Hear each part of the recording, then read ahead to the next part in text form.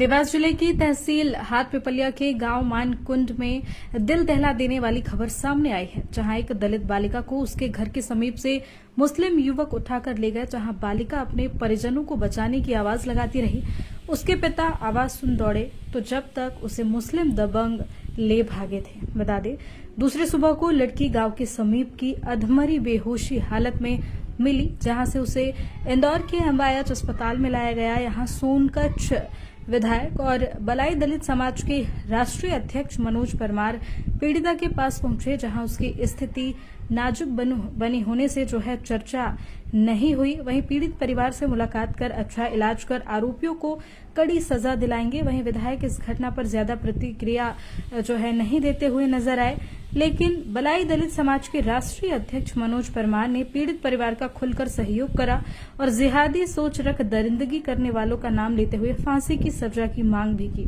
दलितों पर हो रहे जुल्म के खिलाफ मनोज परमार और उनकी टीम हमेशा मैदान में है। विधायक से मीडियाकर्मी ने उनका परिचय पूछा तो वह मौन धारण नजर आए। वहीं मनोज परमार ने अपना परिचय सार्वजनिक किया। हमारी लड़की, हम सोए थे, रोटी खाना ना खा लिए और वो लेटरिन जा रही थी रोड पे बाहर और चिल्लाई कि पापा मुझे बचाओ, मुझे पकड़ के ले जा रहे। हम दौड़े, वो अब मोटरसाइकिल पे बिठा के ले गए। कुल कितने लोग थे जो उनको बिठा वो के लोग 2 थे। क्या पहचानते हैं उनको कि कौन थे? वो गाड़ी से थे वो दोनों। आज आपने अखिल भारतीय बलित समाज के राष्ट्रीय अध्यक्ष को बुलाया है, क्या कहेंगे कि किस प्रकार से इनके ऊपर कार्रवाई की मांग की है? हमारा न्याय मिलना चाहिए सर, न्याय चाहिए हमको। आपका परिचय? कैलाश। देवास जिले के हाट पिपलिया तहसील का और सोनकच्छ तहसील दोनों के बीच का मामला है। आरोपी मानकुंड के रहने वाले फरियादिया जो हमारे दलित समाज की बेटी है, वो सोनकच्छ में रहती है, मुसराबाद में। कल रात को 10 बजे के समकक्ष वो शौच क्रिया के लिए गई थी सड़क पर, क्योंकि वहाँ पर शौचालय नहीं है, उनके घर पे शौचालय नहीं है, तो वो सड़क किनारे वह शौच क्रिया के लिए गई थी। तो मानकुंड के रहने वाले मुस्लिम युवक जिनके नाम शौकत मंसूरी और अन्य उसके साथी जो है रात को 10 बजे के लगभग उसको उठा के ले गए। वो चिल्लाती भी रही। पिता को इस बात की जब भनक लगी, ये दौड़ते रहे, फिल्मी स्टाइल हुई कि उसको गाड़ी पर उठा के ले गए और ये बीच बचाव करने के लिए प्रयास करा, किंतु वो जब तक उसको उठा के ले जा चुके थे। रात भर ये परेशान हुए। सुबह 9 बजे के लगभग वो बेसुध हालत में गाँव के पास में डकाचिया फाटा पे मिली। डकाचिया फाटा पे मिलने के बाद उसको होश नहीं आया। तब से लेके अभी तक वो है बेसुध, अभी तक होश नहीं आया। चेहरे पे चोट के निशान है, सिर पर चोट के निशान है।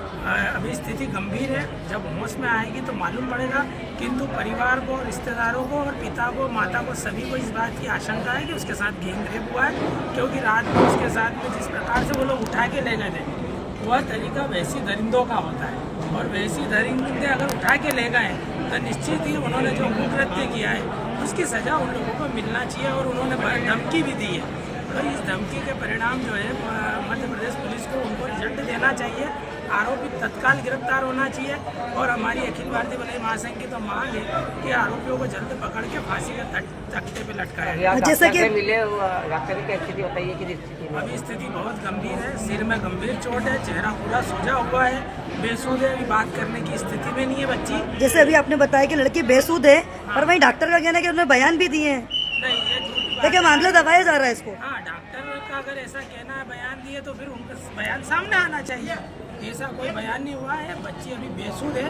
अभी जब होश में आएगी तो बच्ची बयान देगी कि उसके साथ रात में क्या कुकर्म हुआ है, अमानवीयता हुई है, मारपीट हुई है या दुष्कर्म हुआ है, और दुष्कर्म करने वाले कितने लोग थे, वो उन्हें पहचानती है या नहीं पहचानती, ये सब कम मालूम पड़ेगा जब होश में आ जाएगी।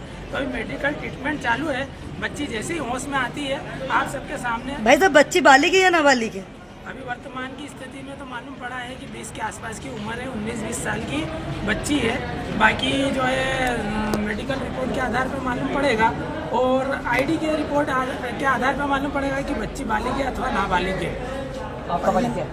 परिजन के लिए, न्याय के लिए आप क्या कोशिश करेंगे?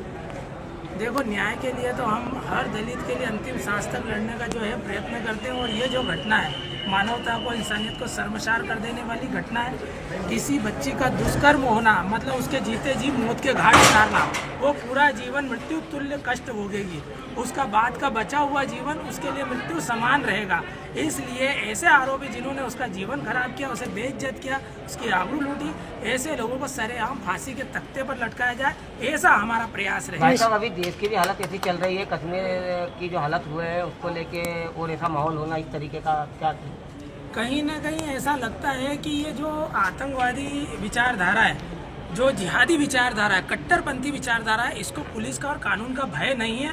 तभी तो दिन दहाड़े मतलब रात में 10 बजे घर के बाहर जो बच्ची शौच करने गई उसको सरेआम उठा के लेकर पिता दौड़ते हुए अपनी बच्ची को बचा रहा है। तो अपन समझ सकते हैं कि क्या स्थिति में जिहादी कट्टरपंथी क्या सोच रखते हैं, मतलब किस तरह से वो हमारी बहन बेटियों की आबरू लूट रहे हैं, किस तरह का वो कट्टरपन दिखा रहे हैं, किस तरह की हरकत वो हम लोगों के साथ कर रहे हैं, जो दुश्मन भी नहीं करता। हम तो दुश्मनों के भी इतना बुरा नहीं चाहते जिस प्रकार का वो हमारी बहन बेटियों के साथ दुराचार और अत्याचार कर रहे हैं। मेरा नाम मनोज परमार, राष्ट्रीय अध्यक्ष अखिल भारतीय भलाई महासंघ। देवास जिले के नौशहरा गांव की एक बच्ची है जिसके साथ में कुछ असामाजिक तत्व के लोगों ने बर्बरतापूर्वक साथ मारपीट की है, ऐसी जानकारी मिली थी।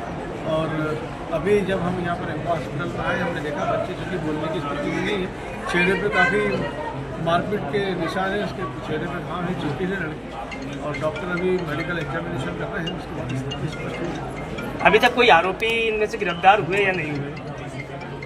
आरोपी का जो नाम है वहाँ के स्थानीय लोगों ने जो बताया कि नौशेराबाद गांव के पास में एक मानकुंड गांव है, वहाँ का शौकत नाम का कोई युवक है जो इसमें संलग्न है।